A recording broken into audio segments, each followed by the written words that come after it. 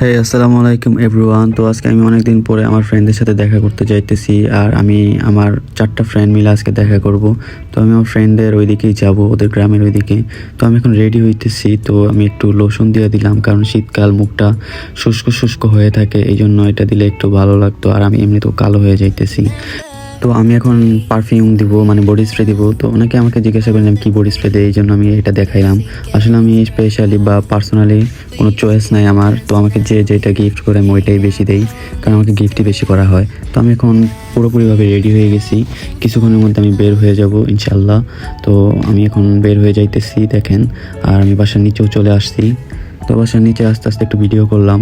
আর নিচে দেখেন আমার ফ্রেন্ড রাতুল দাঁড়ায় আছে, সবসময় এই বেচারা আমার জন্য দাঁড়ায় থাকে অপেক্ষা করে একদম।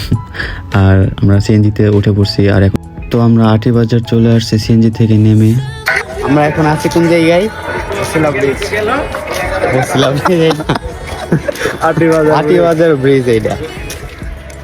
আর এই যে এটা আমার টক্সিক ফ্রেন্ড, ওর জন্য অপেক্ষা করতেছিলাম, চাপাবাজ একটা পাটপার। আর ওই চলে আসছে, এখন ওরে নিয়ে একটু হাসাহাসি করতেছিলাম, ওই একটু বেশি সুন্দর হয়ে যাইতেছে এই জন্য। আর ওই সুন্দরের কথা শুনলে অনেক বেশি খুশি হয়ে যায়। আর আমরা এখন 4 বন্ধু এক হয়ে গেছি। এখন আমরা একটু যাবো গ্রাম সাইডে। তো গ্রাম সাইডে যাওয়ার আগে একটু ঠান্ডা খেয়ে নিতেছিলাম, কারণ অনেক গরম লাগতেছিল। এই যে দেখেন অটোতে দুইটা শুরু হয়ে গেছে। নাই নাই আর কিছু নাই, আমার কাতুকুতু লাগে, কারা বেশি কাতুকুতু লাগে গায়ে। তো আমরা প্রায় চলে আসছিলাম এখানে। প্রাকৃতিক দৃশ্যটা অনেক সুন্দর লাগতেছিল, আমি দেখাইতেছিলাম, বলতেছি যে এই যে এই জায়গাতে আমরা যাব, জায়গাটা অনেক সুন্দর। হ্যাঁ, এটাই আমি বলতেছি। আর আমরা চলেও আসছি, দেখি আশেপাশে কি সুন্দর সরিষা ক্ষেত। তারপরে ওরা দুইজনে দেখেন আসার পরে ছবি তোলা শুরু করে দিছে, পোজ নেওয়া শুরু করে দিচ্ছে ছবি তোলার জন্য। মানে কি একটা অবস্থা। আর দেখেন কি সুন্দর লাগতেছে প্রাকৃতিক পরিবেশ। আর ওইদিকে মজা করতেছে, আর এইদিকে আমি একটু প্রাকৃতিক দৃশ্যটা ক্যামেরা বন্দি করতেছিলাম, কি সুন্দর লাল শাক ওইগুলা। আর এইখানে হইতেছে সরিষা ক্ষেত। এই যে এইদিকে থাকে, এইদিকে ইমরান, এইদিকে এদিকে এদিকে এদিকে।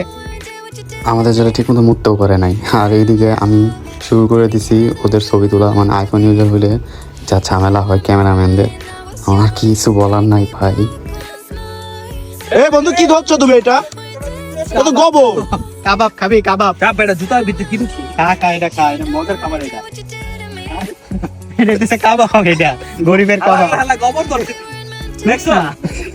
আচ্ছা আচ্ছা কই লিখেছে?